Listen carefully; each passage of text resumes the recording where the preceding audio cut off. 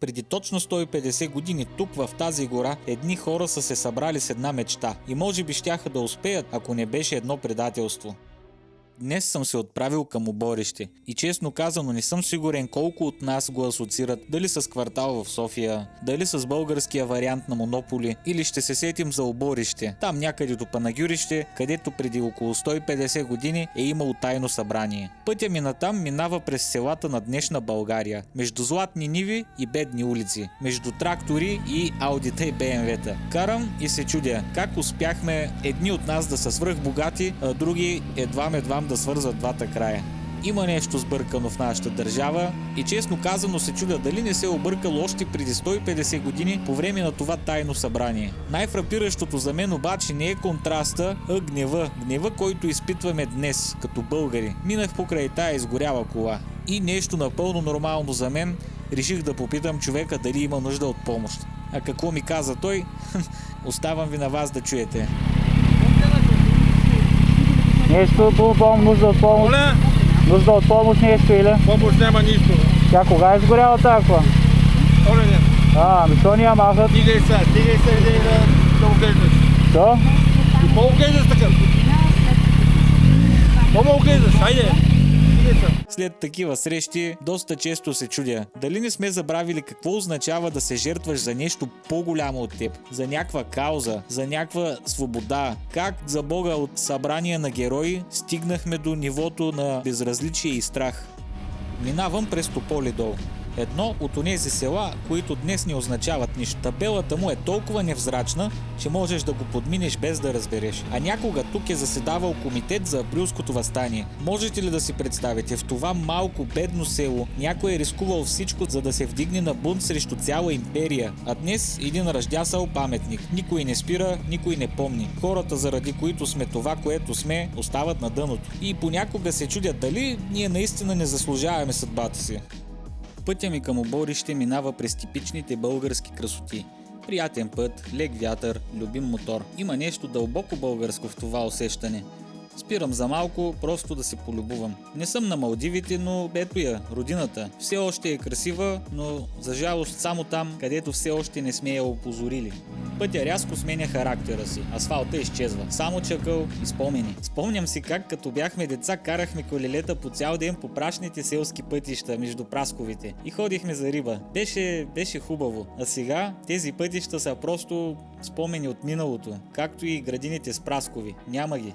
Реката там е, но не е същата. И си мисля, колко неща тук са така. Почнали добре, после изоставени, разграбени. Като идеалите, като паметта. Стигам отбивката за Оборище, малка табела, нищо впечатляващо. Паркирам и тръгвам пеша. Точно тук преди 150 години са вървели хора, които са решили, че им е писнало, че ще рискуват всичко. А аз вървя по техните стъпки. Просто за да си припомня. Така, тук, може да видите, има и път долу, така че имате избор по кой от двата да вървите към паметника. Не е дълъг прехода, не е някакъв много труден, но много горещо. Днес е изключително горещо и затова съм задъхан. И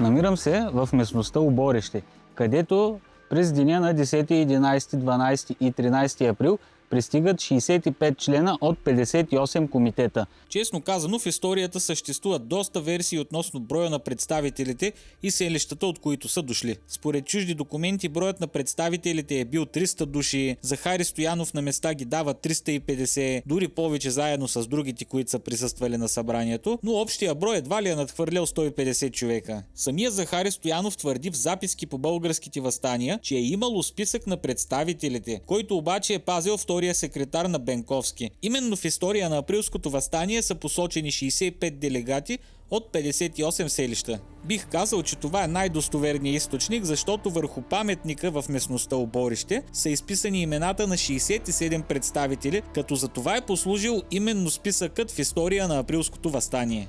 Късно вечерта на 13 април тук пристига и самият Георги Бенковски. На 14 април, рано при зори, започва самото първо Велико народно събрание на България, което продължава чак до късно вечерта и се закрива под дъжд с гръмотевици, страшна буря. На това събрание се избира комисия, която заседава на 14, 15 и 16 април.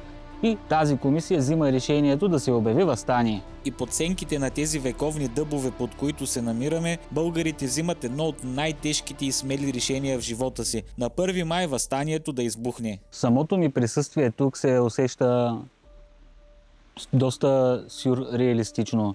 Не мога просто да си представя, че стоя върху земята, върху която са стояли нашите прадеди и са се събирали в рамките на 4 дни, за да проведат събрание, в което да се вземе решение за всеобщо въстание срещу турското или срещу османското робство. Мястото е доста закътано и, честно казано, е доста и просторно. Мога да си представя, че тук на времето са се събрали 65 човека и са стояли по същите тия хълмове, които виждате в момента, и са пили вода от същата тази рекичка, която минава под моста, на който стоя. Човек мога да го взема тръпки, защото аз в момента, както се стоя тук, реално мен нищо не ме заплашва. Но представете си тези 65 човека на времето. Те са били нон-стоп на щрек да ги разстрелят, да провалят всичко това, което са опитвали, което са замислили и са искали да постигнат.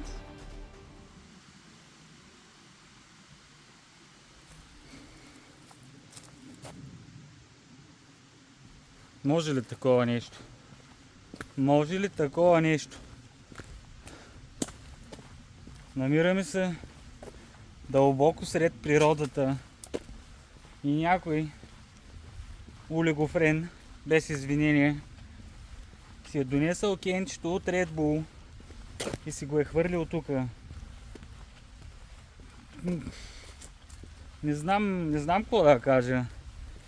Доста разочароващо е, когато се опитваш да правиш видео, да си припомнят или да научат хората историята и да се сблъскваш с такива неща по време на видеото, което пак ме кара да се замисля дали изобщо е имало смисъл тези хора да се събират, да въстават и да освобождават България. Струвало ли си е според вас?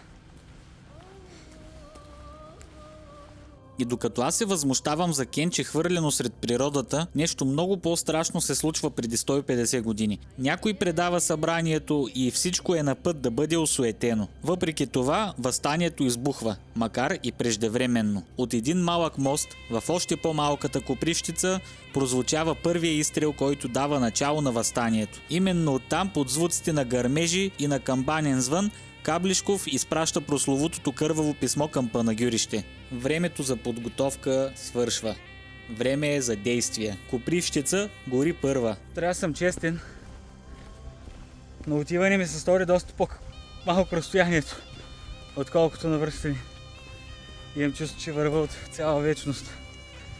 Ама възможно е, защото съм уморен, защото е жега и да, най-вече това. И я да видим.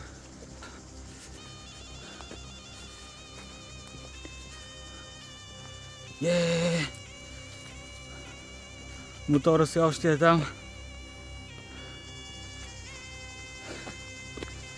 Сега продължаваме. Аз паля мотора и потеглям натам. по следите на Кървавото писмо. В следващия епизод ще застана на Кълъчевия мост, откъдето официално ще обявим началото на Априлското въстание.